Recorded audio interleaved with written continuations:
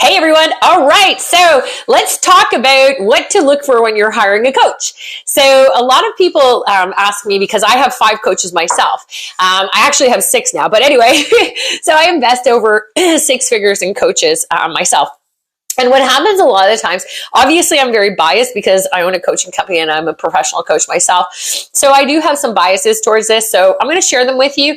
And some of the opinions might be popular, but I think this is how I hire. So if I'm looking and I invest over 6 figures and I like to think that I'm a successful personal and professional individual, maybe these could really help you. And I do a lot of consults as well. So I don't hear a lot of these questions come up in the consults. A lot of the times people are they're looking for a coach that makes them feel like they can get to where they want to get to. And sometimes you have to make decisions. Like when I hire my coaches, I used to hire coaches based on, oh, this person sounds really good, or this person feels really good on the phone.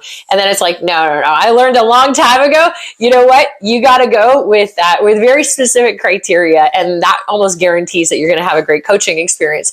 3 things that I kind of do.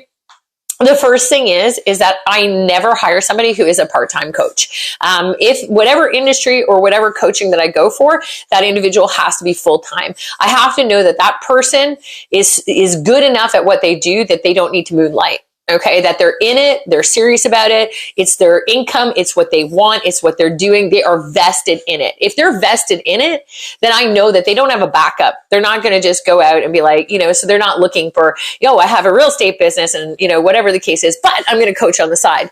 That to me doesn't really work. It can work. I'm not saying it can't work. I don't want to say that. But for me, who I hire people who are full-time coaches because I want them to be like, that's their one thing. That's what they do. And that's what they do amazing. So it's kind of like if I was going to get brain surgery, I wouldn't want a brain surgeon who's like, oh, I'm a part-time brain surgeon. Really all day I work in construction. So like every now and then I like to do a little bit of brain surgery. I'd be like, I'm not going to trust that person with my brain. So even if they're the best brain surgeon, I'm not going to trust them with my brain. I'm going to be like, why aren't you doing this all the time? So that's kind of where my mindset goes with that. No disservice to other people. You might be getting started in the coaching industry and that person might be getting started, in which case that makes a lot of sense, but then their rates should reflect it, right? So if you're not a full-time coach, then, I would understand that. So, but again, full-time coach is kind of where I go for my own self. I just hired another coach for my athletic performance and he is full-time. Like that's what he does for a living. And so far it's been like just a wicked, amazing experience. The next thing that I do is I look at their billable coaching hours. So for me, a billable coaching hour question, it almost never comes up in consults. And it doesn't come up with my other coaches, it doesn't come with me. It's kind of a little shocking. Billable coaching hours can tell you a lot in any industry about the coach that you're dealing with, because billable means is that, it's not volunteer. So how many billable coaching hours? If a coach doesn't know how many approximately, I'm over 20,000. So I stopped counting after 20,000. I was like, okay, I'm a full-time professional coach. So I stopped after 20,000. But the thing that you want to look at is, depending on what you're paying, I did an interview, a guy was, interviewing and he was saying he was charging $5,000 a month for coaching. And I was like, oh, that's like amazing. I said, like, how many billable coaching hours do you have? He's like, well, I don't know, like maybe 200. And I was like, 200. I'm like, so how long have you been coaching? And he's like, well, about 2.5 years. And I'm like, okay. And I was like, that's kind of odd. So only 2.5 years, really charging an astronomical amount for coaching. $5,000 a month is a lot of money for coaching, in my opinion. And, I was kind of going, that's not, sure, I understand he doesn't have to take as many clients, but then to get me where I want to get to, if I hire somebody, I found somebody else who was more like $2,500 a month, but he had substantial amount of coaching hours and our results were far more rapid. They were quicker.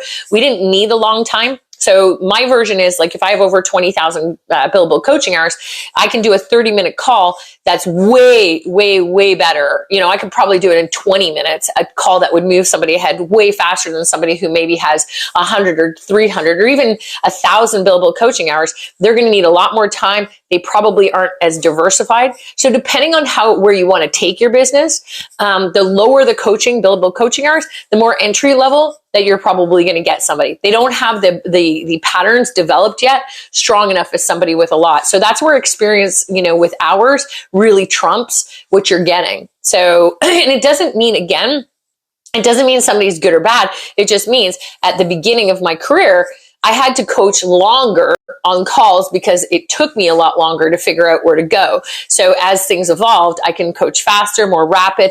I can pick up on problems really quickly. So I think when you're looking at billable coaching hours, whenever, I have a minimum standard. It's not important what that is, but I have a minimum standard for the coaches that I bring on to myself to work on my things, because I am a rapid paced person. So I do want somebody who can move through problems quickly. I have a lot of, I'm thinking big. So I have a lot of problems that come up all the time. So I want somebody who has that experience. So if you're going for somebody who has a lower amount of billable coaching hours, then I would just suggest that you pay a lot less for coaching. You really should. Comparatively, take a look at, top level, middle level, lower level payments and sort of ask yourself, why am I paying for that, right? So, kind of do that. There's nothing wrong with supporting people entering into the coaching business by any accounts. Just be careful that you're not writing the checks, that you could get a far more experienced coach for the same price. That's kind of a crossover for me too. And then the third thing is that be wary of social media. Social media can make anybody look good.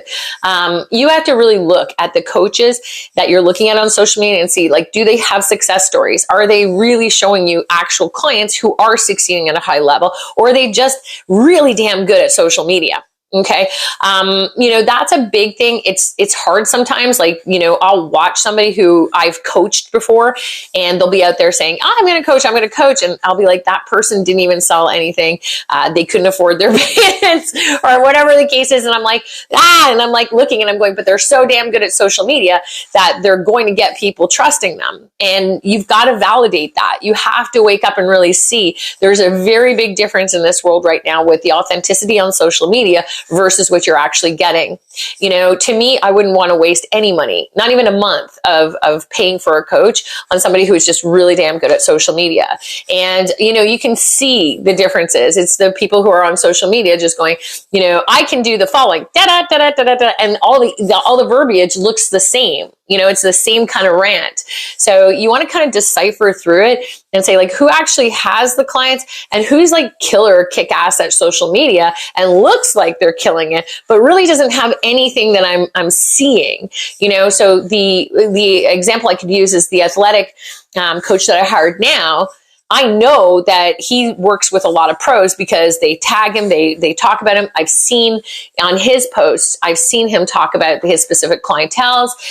Also, I know he's full-time. I know his billable hours. So he's pretty legit with all that stuff. So I think that for some people, we can get really caught up with the social media hype. And that's just something that, as coaches, I'm part of a really good mastermind group of coaches. And we talk about this all the time. We're like, hey, listen, this is crazy. We're absolutely bananas how many people are coming out in the coaching industry right now. And they're just saying, hey, I can take your business next level. And it's wait a second. Well, who are your clients? How many billable coaching hours do you have? And are you a full-time coach? Is that what you do? So don't be afraid to inspect what you expect a lot of the time. And, to me, that's a really important thing. There's a million amazing coaches out there, really great. But I find that sometimes just doing a lot of the consults that I do with people, the right questions are never asked. And, you really should look at those 3 questions, because what they can do is this is a really big financial investment for you. This is not even close. The whole next topic is going to be how you can be a great coaching client. But if you're looking for great coaching, or if you're looking for the right fit for you, I would probably say, those are the 3 guidelines that I use, and typically they've worked for me. So that's why I thought I'd share them with you guys. Hope you enjoy.